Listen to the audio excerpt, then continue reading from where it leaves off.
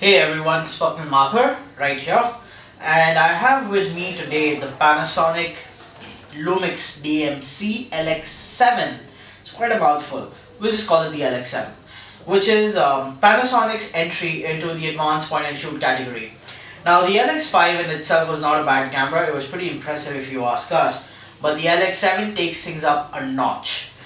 Currently, this is the camera with the fastest aperture available in the entire point and shoot segment. It has an aperture that goes from f1.4 all the way to 2.3 through the focal range of 24 mm to 90 mm. So even when you're at 90 mm end, you're shooting at aperture of f2.3, which is faster than any other aperture available in any other camera, which is pretty impressive.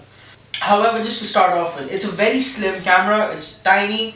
It will not come on unless you take the lens cap off, which is something that, even though it's annoying, it's a really helpful feature because it makes sure you don't hurt your lens. Unfortunately, the LX7 looks more like a point and shoot camera and less like an advanced point and shoot because it doesn't have any dials.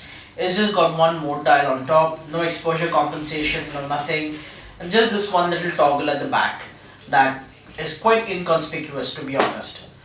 There is a neutral density filter built into the camera, which is really great if you want to shoot at f1.4 in bright daylight.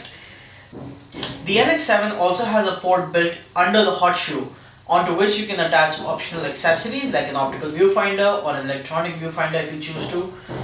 So while the optical and electronic viewfinder are something that are extra, the great thing about the LX7 is that Panasonic has created a bunch of other accessories that you can accessorize your camera with. There is a neutral density filter that you can buy extra to attach to the lens, UV filters, polarizers, add-on mics, etc, etc. There's even an underwater housing kit. Let's talk about the lens for a minute. So yes, this is a fast lens, but the great thing is it's made by Leica. So when we've been using this camera, shooting with it all over the place, the images are incredibly sharp, they're incredibly crisp, the colors are just amazing. And what we really like is that the lens itself has a ring for controlling the aperture. And there is a little switch which decides what aspect ratio you want to shoot at. So these two things put together make it, they're really good because you don't have to jump through a bunch of hoops in order to get to the option, especially with aspect ratio. Sometimes you just want to shoot 16:9 for your, let's say, for your wallpaper on your desktop. So you have that option right here. On the lens is also a focus switch which allows you to decide whether you want to use the regular focal range, you want to use only the macro focal range, or you want to go through manual focusing on the camera. So that's pretty quick, it's really handy, it's right here and you can choose whichever you want to use.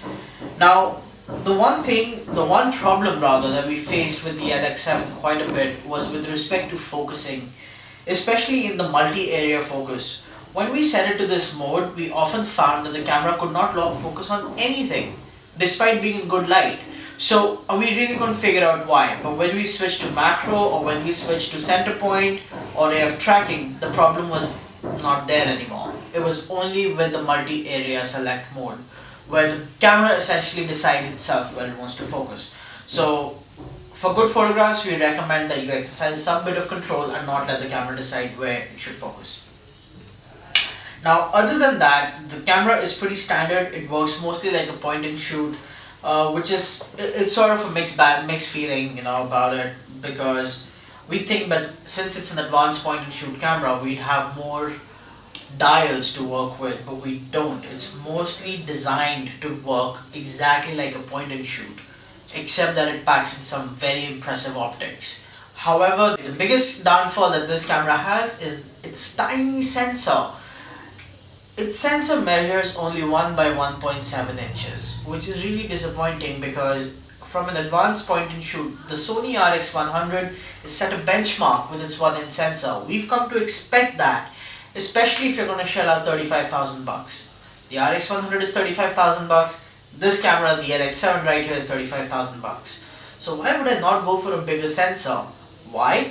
Because this one has Leica optics. It's got the fastest aperture in the point and shoot as of now, and yes, it has a few drawbacks, but here's the kicker.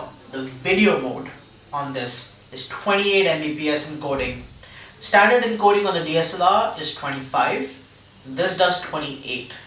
It's more impressive than any other point and shoot out there, because no other point and shoot camera in the market right now can record video at this bitrate unless it's made by Panasonic. So to conclude a video review of the LX7, let's just recap what's good. What's good about this camera? The lens. It's sharp, it's fast, it's crazy good. What we didn't like was the focus system, which can be hit or miss at times. But when it does lock focus, it takes great images. What's again awesome about the camera is that it's got an insane amount of dynamic range. We shot a lot with our subject being backlit, but we found that our subject was very well lit as well. So it tends to meter with respect to your subject. So that's pretty awesome. This camera cost 35,000 bucks, and given the pros and cons, we'd rate it probably a 3.5 out of 5.